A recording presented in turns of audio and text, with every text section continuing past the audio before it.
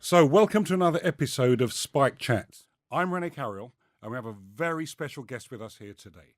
Flown straight in from Washington, D.C., the star of the book Spike, Shalimar Adorno. Shalimar, welcome to London. Thank you, Rene. So, we're going to have a bit of a chat, Shalimar, about your chapter. It was a really bold, brave, revealing chapter. What gave you the courage to share it in Spike? Well, I have to tell you, I didn't think it was so bold until I started sharing drafts with some of my friends, and they were like, "Are you sure you want to put that on paper?" And I'll tell you what I told them. I just felt like I have to be authentic. I'm not ashamed of my past. I think it's really allowed me the space where I am today, and I thought it was important to be honest and authentic. Did it hurt when you were writing it? How did you feel when you were writing it? Because many of our fans of Spike and the readers have come back and said you touched them, you moved them, but most of all, it was your courage that inspired them. It did hurt. It did hurt because you're reliving some of the things that you've done a really good job at burying deep down inside. And and I didn't realize that I could even remember this much information. But once I started writing, I realized that it was therapeutic, and it made it sort of easy for me to just keep speaking about different experiences and highlighting the things that really sort of stayed with me throughout my life, and that I felt was important to share with everyone. So let me take you right back. Because the bit that struck me first was you seem to be bilingual from a very early age. Yeah, so I was born and raised in the Bronx, and my mom was 17 when she had me. She lived with my grandmother. My grandmother only spoke in Spanish, and her sister Carmen, who also lived, she was our neighbor and played a huge role in my life, only spoke in Spanish. So I understood that whenever I was speaking to them, I spoke in Spanish, and whenever I wanted to speak with my mom or my uncles, I would speak in English. It was sort of a natural thing. There was no thought ever put behind it. And that comes through so clearly that depending on the environment, depending what was needed of you, you just made a natural decision and you could do it. Yes, like I was switching back and forth and didn't quite realize it. And what it gave me a picture of was responsibility from the earliest of ages. Yeah, responsibilities, but I have to be honest, I didn't quite know that I even had those responsibilities. Hmm. I know this today, but Yes. yes, I think, yeah, that would be true. And your grandma was really important to you. Oh, yeah. I mean, she's so many of those things that I wish I had. She was the most patient. She just had a heart, and she was able to forgive in ways that I'm not sure I could ever be as forgiving. But yeah, she was just open and vulnerable in a way where she wouldn't leave her block because she was always scared that she would get lost. Whereas I went the other way around, where I wanted to see the world, and I felt that traveling and seeing the world was a gift. So where did that sense of adventure, that spirit, that courage, where did that come from? When all around you were a little bit more conservative, you were bold, you were brave. I have to be honest, I think it was because we were so poor. And I realized early on that in order for me to live a different life, I was going to have to go to school. I was going to have to do well. Uh, but I just knew that they had to be more than that. And so as time progressed and as opportunities were afforded to me, I I realized that the world was my oyster. If I would go after things, if I would work really hard and take on the jobs that no one wanted and the responsibilities that no one wanted to take, that and I did it with a smile, that someone would notice. And eventually someone did. Who noticed? Dr. Jim Young Kim, president of the World Bank Group. So let's tell me a little bit more about that now. From the most humble of origins, and if you don't mind me saying, a tough upbringing. Oh yeah. Yeah. Take us fast forward to now. What are you doing now? So I am the senior operations officer and special assistant to the president of the World Bank Group. I've been in this role now for about a year. Prior to that, I worked as his administrative officer. So I've been working with him for about 3.5 years now. And when I was called, when I got the phone call saying that the president was looking for someone to work with him, uh, and they asked if I wanted to move to DC, I said, not quite. I don't really want to Where were move you to living at DC. the time? I was living in New York City. I was Okay. born and raised. I'm still living in New York. But then I decided that I would take that chance, and I came and I did an interview. Hmm. And when I walked into the room and I met him, and I'm not sure that he even knows this, but if when he listens to this, he'll realize. It was as if I was stepping into my uncle's house, and he was offering me coffee, and we were just having a chat. It was just we were just it was almost as if he wasn't aware that he was who he is, and that he is the 45th most powerful person in the world. Were you And nervous? I should have been nervous, but for some reason I wasn't nervous. I wasn't trying to sell him anything other than be completely honest about my upbringing. So, he asked questions that no one had asked. He wanted to know, so tell me about your family. Tell me about your six brothers. And I was honest and candid about it. And I think something about that made him realize that, I was going to do good work. I was going to do hard work. And if I didn't know, I was going to find out and figure out how to make things happen and put systems into place to ensure that things ran smoothly. How do you think it went? I think it went well. I mean, I think an hour later, I was on my way back to New York on Amtrak, and I get a call from my recruiter saying that I got the job. And I had, I'm very spiritual. I pray every day. I pray every night before I go to bed, and I had really prayed about this job because I honestly thought it was a huge job. I didn't think I could do the job. And when I got the call, my eyes just filled up with tears because I knew that my life would change. Even more than that, I felt like he actually saw me. When someone I, sees you for who you are. I know precisely what you mean. Did you know that you could do it as well as you've done it? No. I knew, and look, I knew that I was not going to leave a stone unturned. Yes. I knew that I was going to work really hard, and that if he was trusting me, then my job was to ensure that I did really great work and that I didn't disappoint him. But I didn't think that I would grow as fast as I've grown, and that I would obviously be promoted in 2 years from when I started. So let me take you back. You grew up in the Bronx, Right. but you went to Puerto Rico. Yes. Tell me about that. So my mom had me at, she was 16 when she was pregnant, 17 when I was born. My biological father was not a part of my life. He unfortunately was very physically abusive. And my mom met my stepdad, who, for all intents and purposes, is my father from the age of 2. And we realized that life in the Bronx was really tough. There was drugs everywhere, stealing. I mean, within the family, outside of the family, everywhere you went.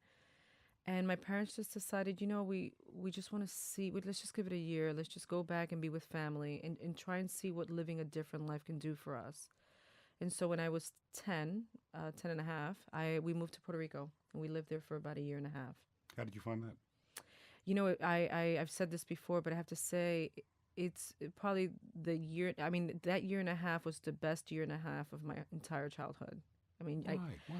I mean, you got to, and it sounds, I mean, these are things that maybe some of us take for granted today. But for me, being able to ride a bike outside, I learned how to ride a unicycle. So I would ride a unicycle to and from school with my basketball in my hand. It was safe. I was no longer hungry. I could get an orange from a tree, or there was always someone who had a chicken, and there was always going to be eggs. So if you had eggs and you had rice, then you had food. So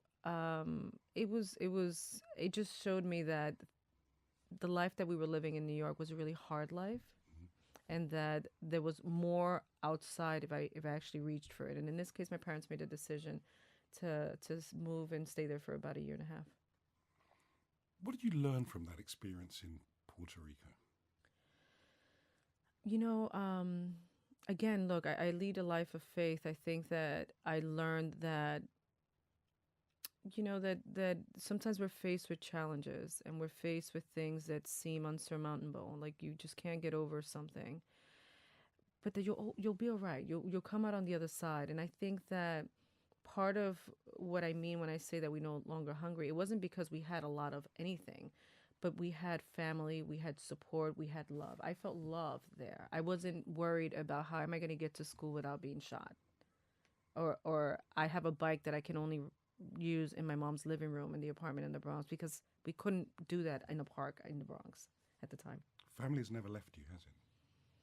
No, no, not at all. I think, we're very tight knit. I think that when you grow up with very little, you learn to work in teams, and we were a team. We were a team then, and we were a team now. And so I work really hard to ensure that not only am I okay, but that my parents are okay, and that my brothers are okay, and for some people, they're like, well, wait a second, you should just, you should really be focusing on you. You've done so much, and that's not your responsibility. But I don't see it that way. It is my responsibility. And that's what makes you special, Shalimar. So, talking about university, Penn State, this wasn't really, many would have said, well, that wasn't part of the script, was it? That maybe, how does that happen? Humble origins, things were difficult, but you were determined. Yeah, I always knew I was going to go to college. I didn't know how I was going to get there, but I knew that in order for me to lead a different life, I was going to have to work really hard, and I had to get an education. And so prior to going to Penn State, I got a scholarship to go to St. Michael Academy in the city. It was a scholarship based on merit. And with that scholarship came a mentor that was assigned to me. In this case, she was called a sponsor. Her name is Tanya Hernandez. And, Tanya, Puerto Rican as well, she's an attorney. She gave me the space to realize that there was a lot more and that she was going to help me get to college. And so this was the first time I knew anyone that had gone to college that wasn't a teacher. And I felt that she was my lifeline. And as such, she took it upon herself to take me to different universities and to go visit different places. She got me on a plane to go see Penn State. I really liked it. Wow. And so once I realized that the opportunity was there, I filled out the applications. I realized that I was still short some money, and she says, "You're just not gonna not go to college because you don't have $1,000." And she helped me fill out another form that allowed me to get an extra loan that someone had to co-sign, but we did it. And I knew that Penn State was going to change the game for me, because then that meant that I would have the financial freedom at some point to continue to evolve and grow and to help my family. You speak about Tanya with such fondness, such memories. Do you still see her? I do. I normally we would have dinner. We would have Christmas dinner every year. The last few years, my life's gotten a bit more hectic, so we haven't been able to do that.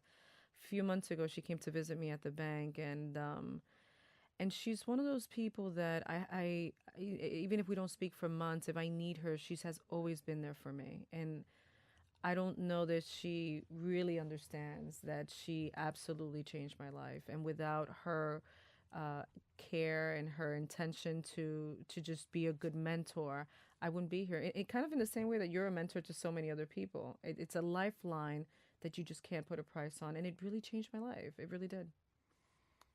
So you get to Penn State. I get to Penn State and I realize that I'm a small fish in a big pond. I think I was I think I was one of two Puerto Ricans on the campus at the time. Wow. And How did that feel? It was the first time that I wasn't around my own kind. I mean, I was born and raised in the Bronx. There's always Puerto Ricans, Dominicans, Mexicans. There weren't many white people until I got to high school and I was on scholarship. It felt a little bit awkward, but I think my focus was just trying to do well, especially because I realized that even though I had gone to private school most of my life, the education that I had gotten wasn't really up to par with the education that most of my peers at Penn State had gotten. So I had to work twice as hard. I slept less. But I had a goal in mind. I was determined. I could not afford to not be great. And in order to do that, I had to work really hard, get good grades, and maybe sacrifice a few nights of sleep. Was it tough? It was really tough. I mean, it was so tough. I can hear that. It was so tough. It was tough because My brother Mike had been murdered a year before I went to college. It was the first time that I had been away from my family, which, as you might imagine, is the support that I had my whole life. And when I get there, I realize that everyone around me leads a completely different life than the life that I lead. Me going to work is something that doesn't really resonate with them. And then, of course, you're growing into your own, right? You're 18 years old, you're 19, you're 20, you're trying to figure out who you really are.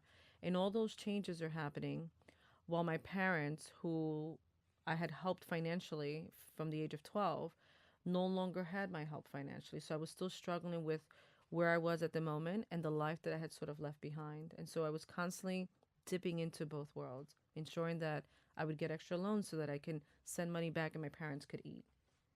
Things that most people wouldn't think about, but that was my life, and it was something that I had to figure out. I had that responsibility. I felt the responsibility to ensure that they were okay. So you're driving yourself through university. It's really tough. You're catching up. You're doing extra hours. You're staying up late. But not at one moment did you forget about the responsibilities for your family. No, no, you can't. I mean, how do you go without eating? I mean, it was really just that simple for me. It was simple math. So you get through university. Mm-hmm. You're there now. You've got a degree. What's on your mind there? What's your dream? I wanted to work for the FBI, but instead I got called by the CIA. I didn't know it was the CIA at the time, so they came on campus and they interviewed me and they did writing tests, and then they flew me out to Virginia, and I went through all kinds of testing. I found out that most human beings have a 2% hear loss, and apparently I have none. So it might be a Puerto Rican gene, though, because we're always paying attention to people's business when it has nothing to do with us. And then 9/11 happens.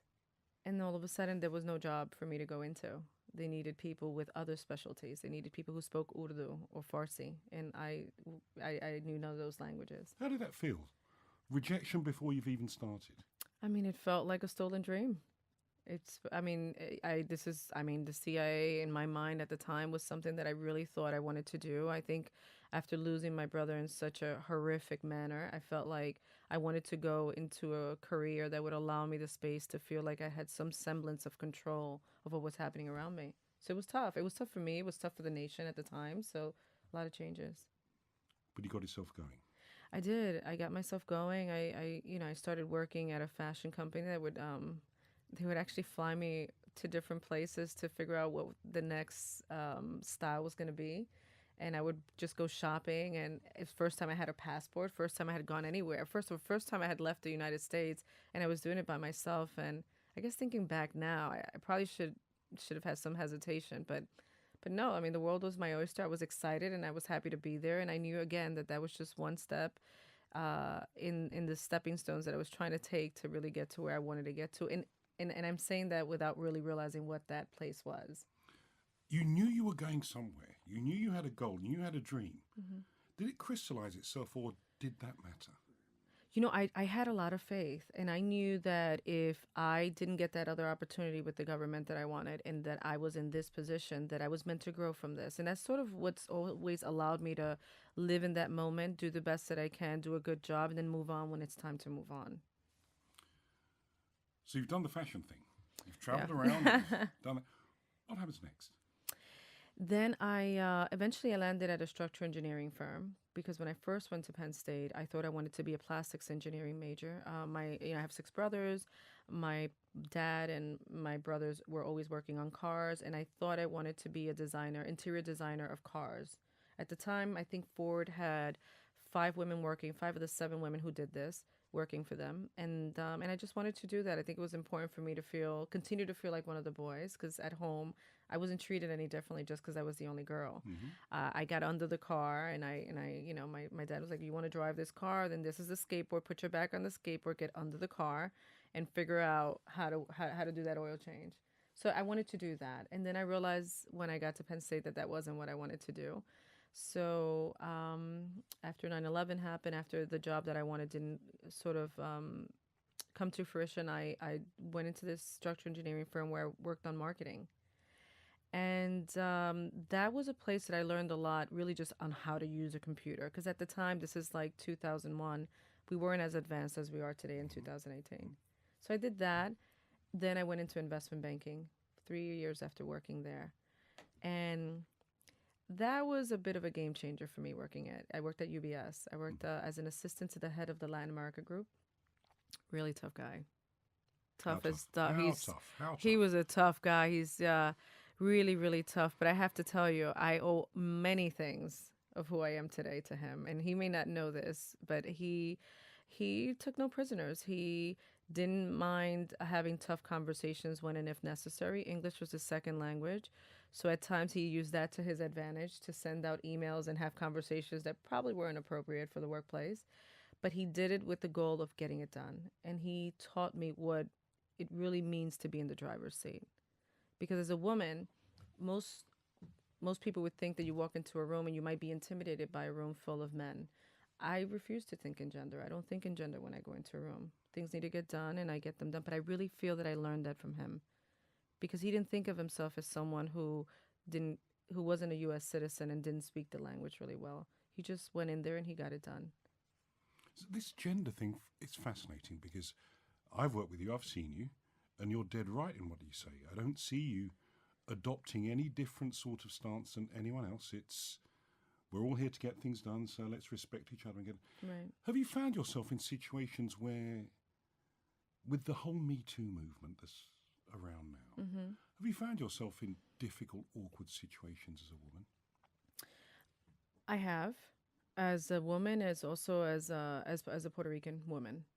And I say that to say that I'm not sure that when people come into the president's office, they expect a Puerto Rican girl from the Bronx to be running his team, right? And managing the operations of his team and sort of working really closely with him and also supervising his security team. How does just that make you feel? That You people know, have an odd expectation? I'm actually not bothered by it at all. I use it as an incentive to, because in essence, what they're doing is they're underestimating you. And I actually don't mind it at all. I think most people wonder why it doesn't affect me. And it's because, again, I don't think in gender. I think that it just gives me an opportunity to prove that I can do the job as well, if not better than most males in the room. I'm not scared to have these conversations, not because I think I'm better than or I have something to prove, but because I don't believe that any of them would have more information or would be inclined to do better work than I do. I'm as determined as anybody else is really the way I like to think of myself. Which brings us nicely to you. You're coming towards the end of the time at the investment bank, Right. and a pretty unique opportunity comes. Oh, yeah. Yeah, I got a call again from the same recruiter that brought me to the World Bank. I got a call where this billionaires needed a personal executive assistant. And, she wanted someone who could write and read in Spanish. And so, I went on the interview and I mean, she was really regal. I had seen pictures of her online, but it was almost, I mean, I had never been interviewed in someone's apartment off of Madison Avenue. And so it gave me a taste of what I should expect. All that to say that I worked with her for about 2 years, but it was one of those. Do you get on straight away? No, not straight away, because I think the relationships with people who have to trust and bring you into their circle are really based on trust. And in order for her to trust me, I had to sort of prove that she could trust me. She's the largest Latin American art collector in the world. She had grandchildren, she had children, she had offices and homes all over the world. And so it was a delicate dance between managing your relationship with her and your relationship with those around her, some who had good intentions and some who didn't have such great intentions. So it's always having that antenna, sort of always sensing what the temperature in the room is and understanding when to insert yourself and when not to. At the beginning, no, we weren't fast best friends, understandably so. But by the time I left, and even while I was working with her, she knew that I had her back. She knew that she could trust me. She knew that I worked really hard. But more importantly, she knew that everyone else around her worked well. What did you learn about yourself through that experience? Resilience. You had to have, you were all of a sudden supervising people who had been there for 14 years, who wanted to understand why they should listen to you, why you, and some of them who tested the fact, oh, wait, I mean, if they're hiring you to be the person who's sort of managing the ship, then why should we listen? And so they would test you. So I realized that I'm a lot more resilient than I thought, and that I had to I had to be a lot tougher than I was used to having to be before, in a different way. Was that a big turning point for you? It was a huge turning point because I had not actually managed a team before. It was the first time. So all of a sudden, I find myself being thrown into a situation where most people wanted to just do the one job they were doing. They didn't want to be stretched. Other people were eager to do more. And then this is a family business, and there's only so much wiggle room. So how do you still keep momentum going and people feeling like they want to come to work when the resources are so limited? So now we're coming to the big one. There's a big one. But there was a great line in the book, and you said you had all the right ingredients To make all the wrong decisions. to make all the wrong decisions. Mm-hmm. That was such a poignant line for me when I read it. But you didn't make the wrong decisions. Despite your background. Why? What singled you out? What made you be able to swim away from the more obvious paths that were available? I understood very early on that most of my family was investing in me, whether it was my mom, whether it was my dad, whether it was my grandmother, my Aunt Carmen. Every conversation was always based around how smart I was and how hard I worked. And so that also translated into the expectations that they had of me. Pressure? I don't know if it was, at the time, I don't think it was pressure because I did really well in school. I was always a straight A student. But the other part of it was my faith in God, my faith that I was never alone, even when I felt alone, even when I was hungry, even when I couldn't get up from the floor, as I wrote in the book when I lived in Atlanta, because I hadn't eaten in 3 days. I never lost faith that I had to some degree, and I know for some of us it may not make a lot of sense, but I knew that I had to endure those experiences because there would come a time where maybe I would have to shed light on someone else who didn't have anyone to help them see through something. Very good. Very true. It's a hell of a story, Shalimar. It's a hell of a story. And it's a hopeful story. It's a story that many others could learn from. What advice would you give to those young Hispanic Puerto Rican girls? Maybe today they're in the Bronx. Maybe they're not quite seeing that brighter future. What advice would you be giving them? You have to hustle. You don't let anybody else define your narrative. The reason that I am where I am today is because I didn't allow anyone to put me in a box. The fact that my parents weren't educated, didn't have money, didn't mean that I wasn't going to go to college. I was going to figure out a way to do it. And so when at times people ask, well, I mean, how did you get to Penn State, or how did you get to college in general, and how did you pay for it? Or I want to go to college, but I don't have any money. Instead of thinking about all the worst things that can happen, think about how great this could really be for you. Whether it's a counselor, whether it's you doing your research online. The advantage we have today that we didn't have back then is that there's resources available to us online. Everyone has a smartphone. Every school has money set aside to help people who want to go to school who don't have it. For example, at Brown University today, if your parents make less than $125,000 a year, you go for free. Brown University is an Ivy League school. I couldn't go to Brown when I was applying to university. There's no reason why you can't change the narrative. What has been your life does not need to be the rest of your life. And if you don't believe that and you don't back yourself up, no one else will. Shalimar, thank you so much. Thank you. It's such a privilege, Rene. Thank you so very much. Last year, I released my book, Spike. What are you great at? In the world of Spike, there are no losers anymore. Everyone has something they are great at. Now you can get it as an Audible book from Amazon's Audible, read by me and the people contributing their stories whilst you're driving, at the gym or walking the dog. Download it now from Audible.